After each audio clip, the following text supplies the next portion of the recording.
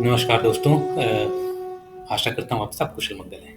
दोस्तों, आपका साथी मनीष स्पिरिचुअल सी चैनल में आपका फिर से स्वागत करता है। आज एपिसोड 60 और हम दूसरे अध्याय के श्लोक 25 सांख्य योग पर विचार विमर्श करेंगे। तो शरीर क्या है?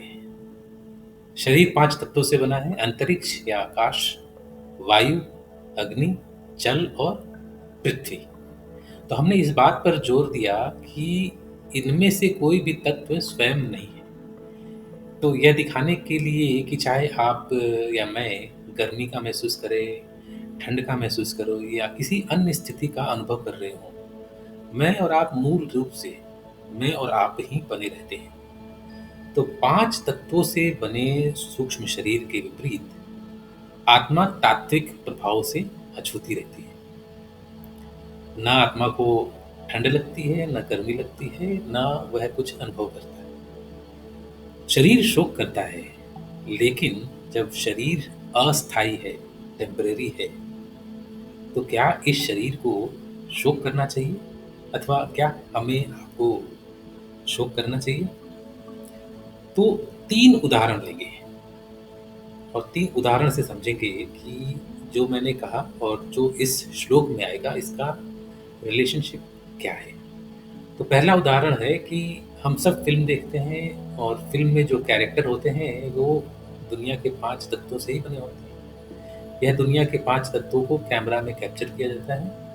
अब हम देखते हैं फ़िल्म और फ़िल्म में हीरो मान लीजिए अंत के सीन में मर जाता है। तो ये हीरो का शरीर 5 तत्वों से जो बना है, वह मनोरंजन के लिए बनाया गया था। तो क्या मैं और आप जब फ़िल्म देखकर बाहर आते हैं तो क्या हम शोक मनाते हैं? तो हम सब क्या हैं?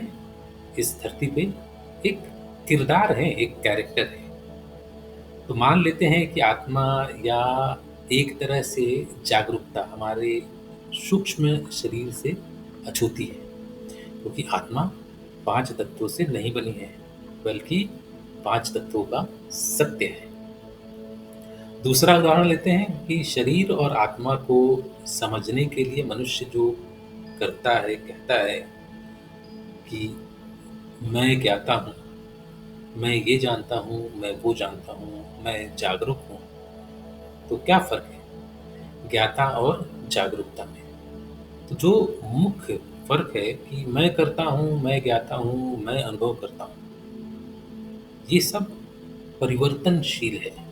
यानी it can change and it keeps on changing. जबकि दूसरी तरफ है जागरूकता, अवेयरनेस। अवेयरनेस किसी भी चीज़ के बारे में, चाहे वो ईश्वर हो, चाहे वो पृथ्वी हो या आकाश हो, अपरिवर्तनीय है। और अब तीसरा उदाहरण लेते हैं अहंकार और जागरण का। तो क्या फ़र्क है अहंकार या ईगो और जागरण यानी अवेयरनेस में?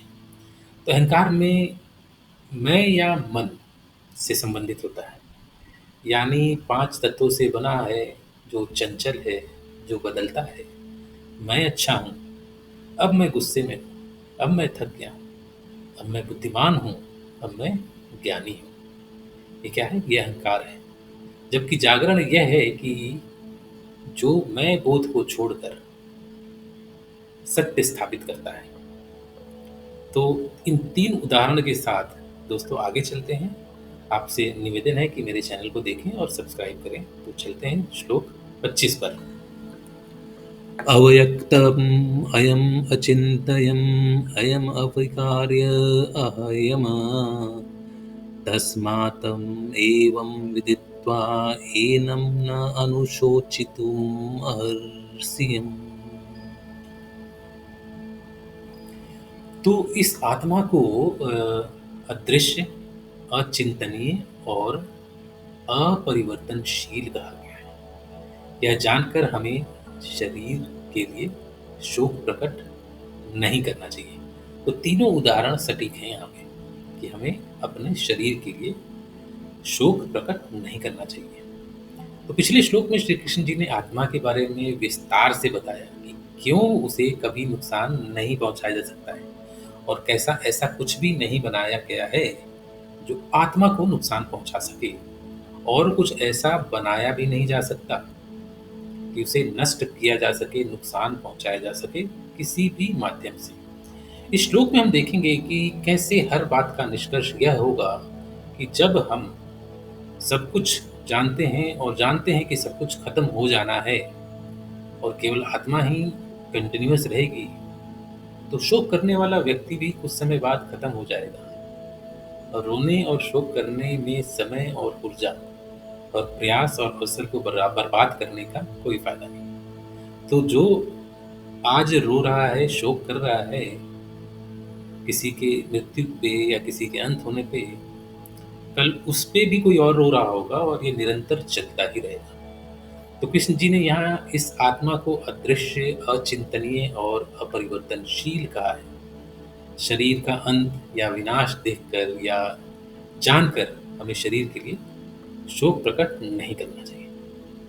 इसलिए अगर हर कोई इस तथ्य से सहमत हो जाए कि शरीर किसी भी संभव बल से नष्ट हो सकता है और आत्मा शरीर का एक क्षणिक हिस्सा है, टेम्पररी शरीर को किराए पे लिया है और वो टेम्पररी जर्नी का पार्ट है ये शरीर हमारा, तो किसी भी तरह से अविनाशी है, ये आत्मा अविनाशी है। तो यह महत्वपूर्ण है कि यह किसी भी चीज में मदद करेगा जिससे दुख से बचा जा सके। मनुष्य को क्या करना चाहिए? मनुष्य को कर्म का धर्म रूप से पालन करते हुए वक्त यदि शरीर का नाश भी हो जाए, विनाश भी देखे, तो उसे दुखी नहीं होना चाहिए। तो फिर दोस्तों निष्कर्ष क्या है आज? आज निष्कर्ष दो हैं, दोनों ही व्यवहारिक हैं।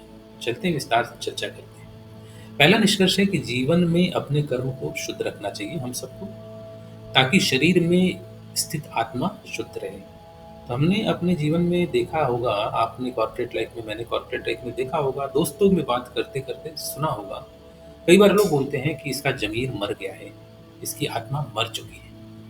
खासकर जब कोई गलत काम करता है तो हम लोग ऐसा बोल देते हैं। तो भाई ऐसा कैसे संभव है, आत्मा तो मर ही नहीं सकती।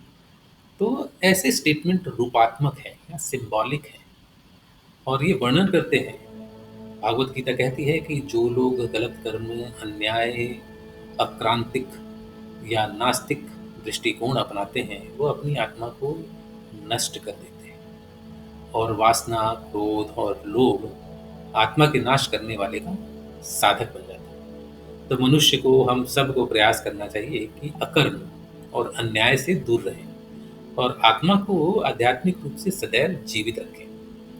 एक और सकारात्मक पहलू है पहले कंक्लूजन का, कि निरंतर भक्ति का अभ्यास करने पर, ध्यान करने पर, मेडिटेशन करने पर हम कृष्ण जी की भक्ति में लीन हो सकते हैं। जब उनके बारे में विचार, उनकी महिमा, उनकी सेवा, उनकी मधुरता हमारे हृदय के रेगिस्तान में भर जाते हैं और उसे उपजाऊ बना देगा, तो हम कृष्ण जी के प्रति शुद्ध प्रेम में अनंत पके हुए फल का आनंद ले सकते हैं। तो हमें प्रयास करना चाहिए कि कर्म और भक्ति के सरल मार्ग पर चलें।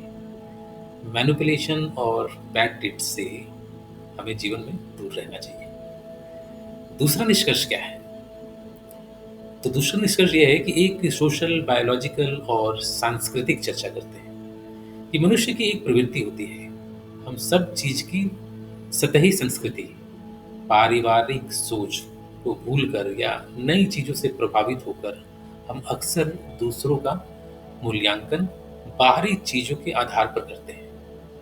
तो हम क्या करते हैं, हम वो सोचते हैं जो हमें दिखता है या जो हम महसूस करते हैं।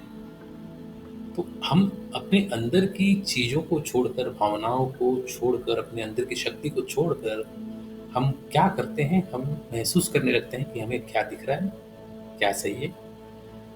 तो उसके पास अच्छा घर है, वो अच्छा बोलता है, वो अच्छा दिखता है, वो ईमानदार है, वो बेईमान है, आदि आदि हम मूल्यांकन या जजमेंट्स इसी तरह करते हैं। आज अगर हम हमारे संस्कृति, पारिवारिक मूल्यों, आत्म मूल्यों को सही तरह से मूल्यांकन करें तो पाएंगे कि प्रतिदिन हम एक बेहतर इंसान के रूप में बदल रहे हैं। इसलिए हमें प्रयत्न करना चाहिए कि कर्म और धर्म का सही रूप से पालन करें। हमें इसकी परिभाषा अपने हिसाब से नहीं बदलना चाहिए। तो दोस्तों विदा लेते हैं, सुख का सदैव सदैव अनुभव करें। जय श्री कृष्ण और मिलते हैं अगले श्लोक में। धन्यवाद।